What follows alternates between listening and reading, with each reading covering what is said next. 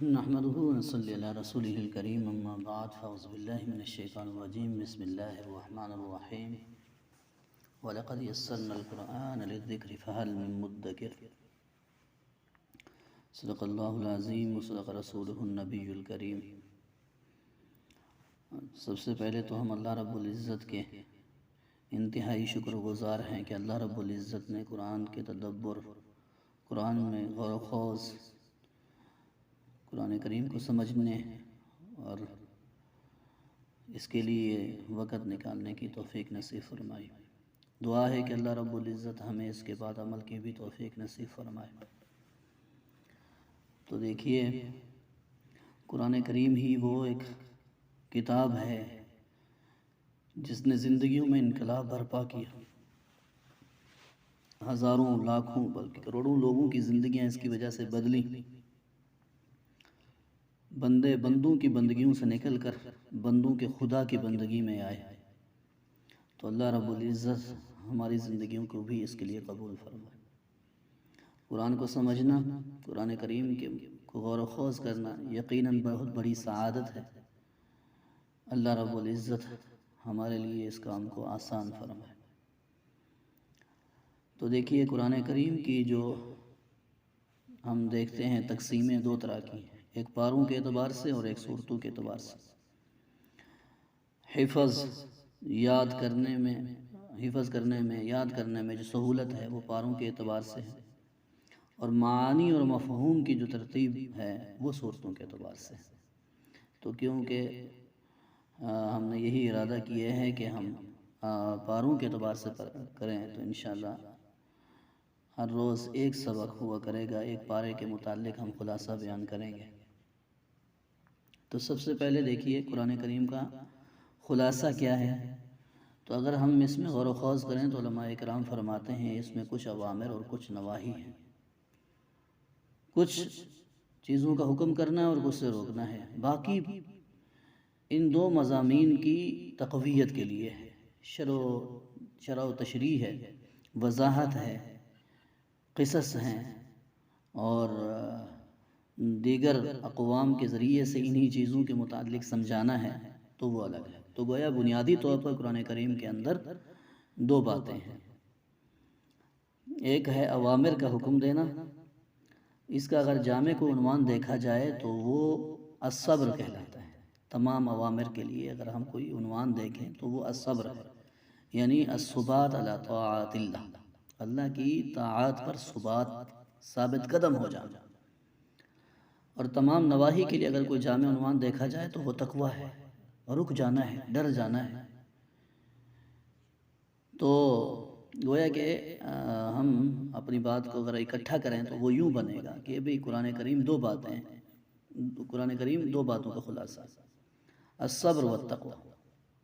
حضرت احمد علی لاہوری رحمہ اللہ کا مشہور قول یاد ہوگا آپ کو، فرماتے ہیں اگر ٹرین روانہ ہونے کو کوئی کہے کہ احمد علی مجھے قرآن کا خلاصہ بتلاتے جاؤ، تو میں اسی وقت اس کو بتلا سکتا ہوں کہ اللہ کو عبادت سے، رسول اللہ کو اطاعت سے، مخلوق خدا کو خدمت سے راضی کرو۔ اب ہم آتے ہیں اپنے اس پارے پر۔ تو اس میں سب سے پہلے سورہ فاتحہ ہے، 7 آیات پر مشتمل مکی سورت ہے، اس کے مختلف اور بھی نام ہیں۔ قرآن کریم میں جتنے بھی مضامین بیان کیے گئے ہیں، مقاصد بیان کیے گئے ہیں، وہ سب کا ہی خلاصہ ہے۔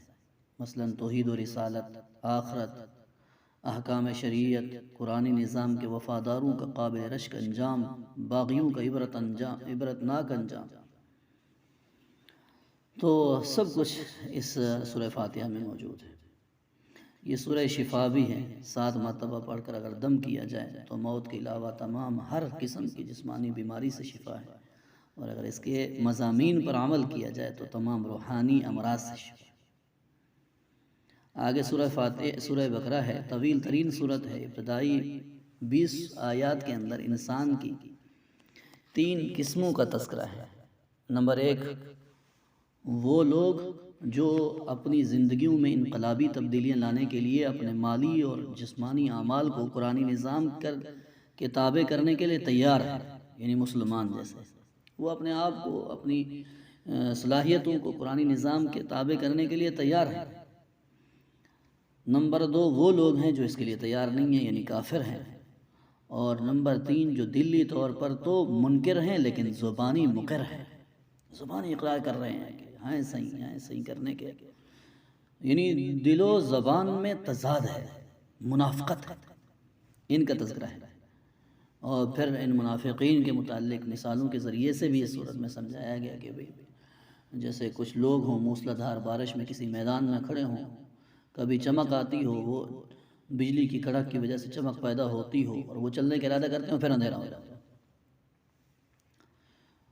اس کے بعد پھر تخلیق انسان، اس پر گفتگو کی گئی، اور وہ کہ ملائکہ کے سامنے اس کو پیش کیا گیا اور ملائکہ کے ساتھ اس کا امتحان کیا گیا اور پھر نائب خدا بنا دیا گیا، وہ تذکرہ ہوا اس میں۔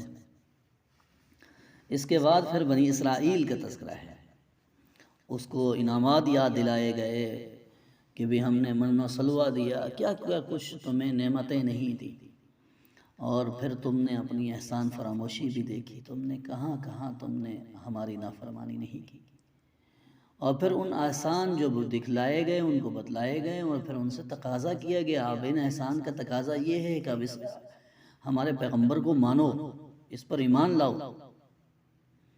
اور پھر وہ گائے والا واقعہ بھی اسی میں ہے کہ جب اپنے ہی ایک آدمی کو انہوں نے مار دیا، قتل کر دیا، وہ قاتل کا ڈھونڈنا مشکل ہو گیا تو پھر گائے ذبح کرنے کا حکم دیا گیا۔ اس کے بعد یہود و نصارہ کا مسلمانوں سے حسد، اس کو بیان کیا گیا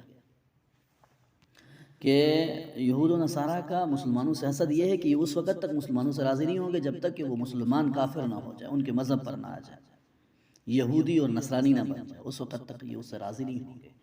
اس لیے فرمایا کہ تم ان کی راضی کرنے میں نہ لگو بلکہ اپنے کام سے کام رکھو اور ان کو چھوڑو۔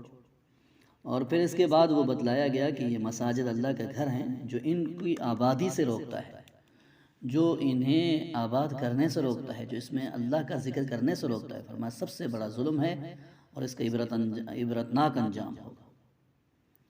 اس کے بعد دعا ابراہیم، یعنی حضرت ابراہیم علیہ السلام کا وہ جو امتحان ہوا، اس کے بعد جو انہیں نوازا گیا، اور پھر انہوں نے بیت اللہ کی تعمیر کی، اور اس کے بعد دعا کر رہے ہیں ربنا وابعث فیہم رسولا، کہ ربا اس میں ایک رسول بھیج، اور پھر اسی دعا کے اندر بعثت کے مقاصد بھی آ گئے کہ مقاصد مین جو ہیں وہ بعثت نبوی کے وہ 4 ہیں، مثلا تلاوت قرآن، کہ وہ قرآن کی تلاوت کرے، انہیں تیرا کلام سنائے۔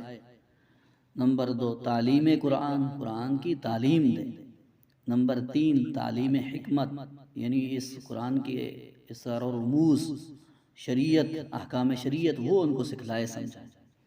اور نمبر 4 ان کا تزکیہ کرے، ان کے دلوں کو پاک کرے۔ اور آخر میں پھر ایک قاعدہ بتا دیا گیا، اصول بتا دیا گیا کہ جو لوگ گزر چکے ان کا حساب یا ان کا انجام ان کے اعمال کے مطابق ہوگا، اور تمہارے ساتھ تمہارے اعمال کے ساتھ ہوگا۔ جو معاملہ ہونا ہے تو تمہارا معاملہ تمہارے اعمال کے اعتبار سے ہوگا، یعنی یہ بتلا دیا کہ عمل سے زندگی بنتی ہے، جنت بھی جہنم بھی، یہ خاکی اپنی فطرت میں نہ نوری ہے نہ ناری، یہ بتلا دیا۔ تو یہ پہلے پارے کا خلاصہ ہے۔ اللہ رب العزت ہمیں صحیح سمجھ نصیب فرمائے اور عمل کی توفیق عطا فرمائے۔ وما علینا۔